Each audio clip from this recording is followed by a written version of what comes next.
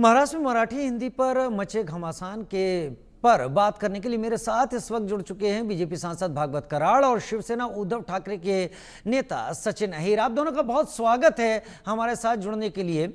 भागवत कराड़ साहब, सबसे पहले मैं आपका ही रुख करूंगा। एनसीपी नेता जितेंद्र आव्हाड ने कहा है कि सनातन कोई धर्म नहीं होता, क्या कहेंगे आप इस पर? सनातन ने देश को क्या बर्बाद कर दिया है? गांव में बॉम्ब स्फोट हुआ था, उसी वक्त कांग्रेस और राष्ट्रवादी कांग्रेस की सरकार थी और इस सरकार के परेड में कुछ हिंदू लोगों का नाम लेके उनको अटक किया था, जेल में डाला था, लेकिन कोर्ट ने उनको बरी किया है और कोई एविडेंस नहीं है, इसलिए उनको जेल से छुटकारा मिला है। और उसके बाद जो महाराष्ट्र के एक्स चीफ मिनिस्टर पृथ्वीराज जी चौहान हैं और एनसीपी के लीडर माननीय जितेंद्र जी आव्हाड है, वो बार बार कर रहे कि सनातन दहशतवाद, भगवा दहशतवाद, ये गलत है। भगवा ये हमारा शौर्य का प्रतीक है, भगवा ये भगवान का प्रतीक है और भगवे को ऐसा भगवा दहशतवाद कहना ये बहुत ही गलत बात है और कोई भी जनता उसको मानेंगे नहीं। तो सब झूठ बोल रहे और जस्ट एक योग यानी पॉलिटिकल वोट बैंक का ये पॉलिटिक्स कर रहे हैं, मुस्लिम वोट बैंक की पॉलिटिक्स, यही सभी लोग भी कह रहे हैं। लेकिन सचिन अहीर जी, मराठी हिंदी मुद्दे पर मैं आपकी राय जानना चाहूंगा। जो कुछ हो रहा है उसको आपको क्या लगता है? देखिए, हमारी पार्टी की ये सुस्पष्ट राय, और ये आज से नहीं तो इसके पहले भी, और आपको ये पता होना चाहिए कि मी मुंबईकर की भी जो हमने भूमिका इसमें ली थी कि उसमें यही था कि इसमें सब जाति धर्म के लोग जो मुंबई और महाराष्ट्र के ऊपर प्रेम करते हैं उसके प्रति आदर रखना बहुत ज़रूरी है। लेकिन जहाँ तक कि मराठी शक्ति का जो निर्णय होने के बाद जब हिंदी शक्ति की बात आई थी, तब ये मुद्दे को बहुत उजारा करने का काम या उसके बारे में बहस होने का काम हुआ।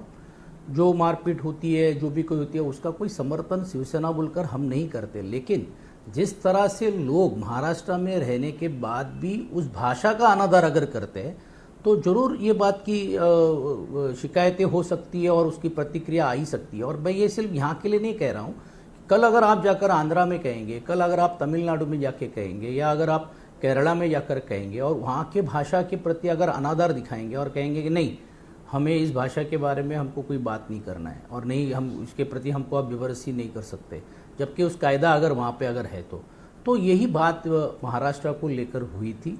जहाँ तक के यहाँ के महाराष्ट्र के लोग हैं, वो जैन धर्म के हो, गुजरात के हो, राजस्थान के हो, केरला के हो, कर्नाटक के हो, तमिलनाडु के हो, सब मिलजुल कर रहते हैं और हर एक लोगों ने अपनी अपनी भावनाएं मुंबई जैसे शहर में, महाराष्ट्र में रहकर इस राज्य के प्रति आदर दिखाने का काम इसके पहले भी किया है। चलिए, भागवत कराड़ साहब भी मेरे साथ हैं। भागवत कराड़ साहब, इस तरह के बयान सनातन और हिंदू धर्म को नुकसान पहुंचाने के लिए दिए जा रहे हैं या सियासी फायदे के लिए? भगवान धर्म, भगवा रहो या सनातन रहो, सब हिंदू कभी आतंकवाद नहीं कर सकता। ये भगवान को मानने वाले लोग हैं, तो ये जो नेता कर रहे हैं उनको भी पता है वो हिंदू नेता कर रहे हैं, इससे हमें बेकार लगता है। लेकिन वो मत यानी वोट की पॉलिटिक्स कर, इसलिए ऐसा वोट की पॉलिटिक्स है। सचिन अहीर जी, क्या हिंदी भाषा तीसरी भाषा हो सकती है अब जबकि जीआर भी वापस हो चुका है? देखिए, हिंदी ये हमारी मातृभाषा है, इसको हम कोई अनादर करने की बात नहीं होती है। आज भी हम जन गण मन कहते हैं तो हम हिंदी में कहते हैं, हम ये नहीं कहते कि उसका अनुवाद होना चाहिए। तो वो राष्ट्रीय भाषा हमारी है। मातृभाषा हले की अलग अलग हो सकती है, वो देश की मातृभाषा हो सकती है, लेकिन जिस तरह से प्रांत का निर्माण इस देश में हुआ है तो उस प्रांत के भावनाओं का कदर करते हुए, उनकी भाषाओं का आदर रखते हुए ये प्रांत बनाए गए हैं। कल अगर हम ये कहें कि महाराष्ट्र के मराठाओं ने दिल्ली तक के काबिज करने का काम किया और इसलिए मराठी ये देश की भाषा होनी चाहिए, तो क्या ये जायज़ हो सकता है? क्या हम ये कह सकते हैं? क्या हम अगर इस बात को स्वीकारा जाएगा क्या? तो ये भी बात और मांग उठ सकती है। लेकिन हम उस चीज़ में न जाते हुए तो देश की भाषा जो हिंदी है, और आप देख सकते हैं कि आपके चैनल के माध्यम से मैं भी अच्छी हिंदी बात करने की कोशिश कर रहा हूँ। उसका मतलब ही ऐसा है कि हिंदी भाषा आना या ना आना ये हर एक के ऊपर निर्भर है। लेकिन जहाँ तक राज्य का विषय है तो वहाँ की प्रांतों का आदर रखते हुए वहाँ की भाषा, अगर आप वहाँ रह रहे, अगर आप वहाँ काम कर रहे, ज़्यादा काल में कर रहे, मैं ये नहीं अपेक्षा करता हूँ कि कल आए हुए आदमी को कहेंगे नहीं नहीं अभी आप कल यहाँ आए हो, घूमने आए हो, आपको मराठी आनी चाहिए। लेकिन जो व्यवहार में काम कर रहे, सालों साल काम कर रहे, और मुझे नहीं लगता है कि यहाँ पे जो सालों साल काम करने वाले लोग हैं उनको इस चीज़ अपने की आप आ दिक्कत जाती है। है। दिक्कत कुछ राजनीतिक दलों को, दिक्कत कुछ ऐसे लोगों को जिनको प्रांतवाद करना है। फिर दुबे जैसे बैठे हुए लोग हैं जो मुंबई की भूमि का, मुंबई के यहाँ के जो भूमि है उसके अंदर यहाँ पे इन्वेस्टमेंट करना चाहते हैं, लाखों करोड़ों रुपए यहाँ से कमाने की बात करते हैं। उनका खुद का फ्लैट खार के एक जगह के ऊपर है, रेंट पे दिया है, तो उत्पन्न लेने के लिए आप यहाँ पे आ सकते हो, लेकिन यहाँ रहने की आपको हिम्मत नहीं है क्योंकि आपकी राजनीति झारखंड से है। लेकिन वहाँ बैठकर आप इसके बारे में अगर अनादर करोगे तो ये कितना तक के उचित है? सही, आपकी कुछ बातें वाकई सचिन जी सही हैं, लेकिन भागवत कराड़ साहब, महाराष्ट्र में भाषा के नाम पर मारपीट जो हो रही है, लोगों को पीटा जा रहा है सिर्फ इस वजह से कि मराठी नहीं आती। राज ठाकरे, उद्धव ठाकरे के लोग इसको मुद्दा बना रहे हैं। कि उनको समझ में आ रहा है सभी विरोधी दल को अभी कुछ भी बाकी नहीं है।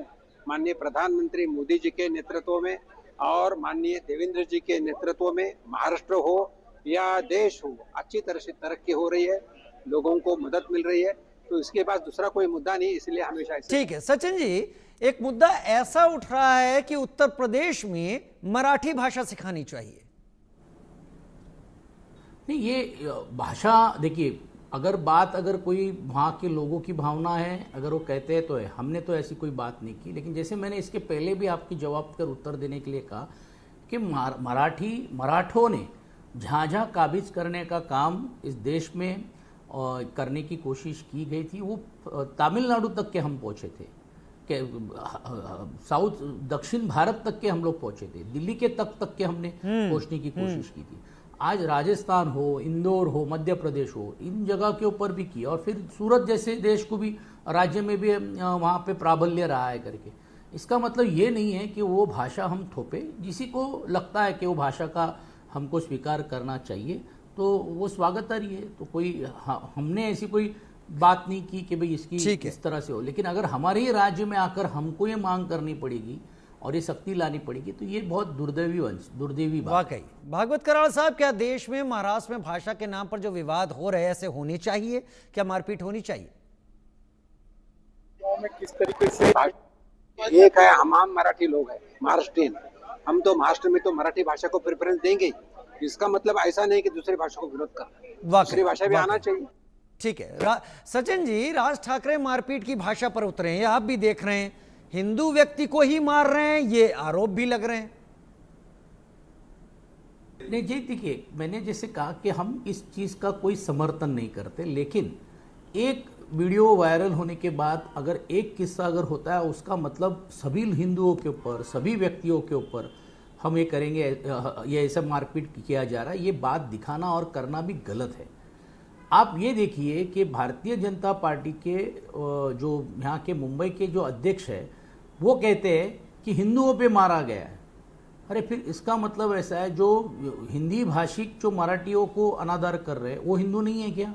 तो ये जात जात में, धर्म धर्म में लगाना, एक किस्से को लेकर हम उसको इतना उजारना करने की कोशिश करेंगे, उसको इतनी प्रसिद्धि देने की कोशिश करेंगे, हो गया। लेकिन आज भी आप देखिए, हर एक व्यवहार के इसमें हर एक व्यक्ति जो है साथ में रहता है, काम कर रहा है, और कोई माहौल खराब होने की स्थिति नहीं है। लेकिन कोई अगर मजूरी करेगा, कहेगा कि नहीं हम नहीं सीखेंगे, जाओ तुमको जो भी करना है करके, सालों साल रहने के बाद भी, और अनादर करेगा, तो मुझे लगता है ऐसी तरह की घटनाएं ये दुर्दैव से होगी, जिसका हम समर्थन नहीं करते। लेकिन ये घटना न होने के लिए सभी राजकीय दलों ने भी इसका फायदा न उठाते हुए संयम रखने की जरूरत है। सचिन अहिर जी, भागवत कराड़ जी, बहुत धन्यवाद, आप दोनों ने हमारे साथ वक्त निकाला, आप दोनों हमारे साथ जुड़े। तो सचिन अहिर जी जो कि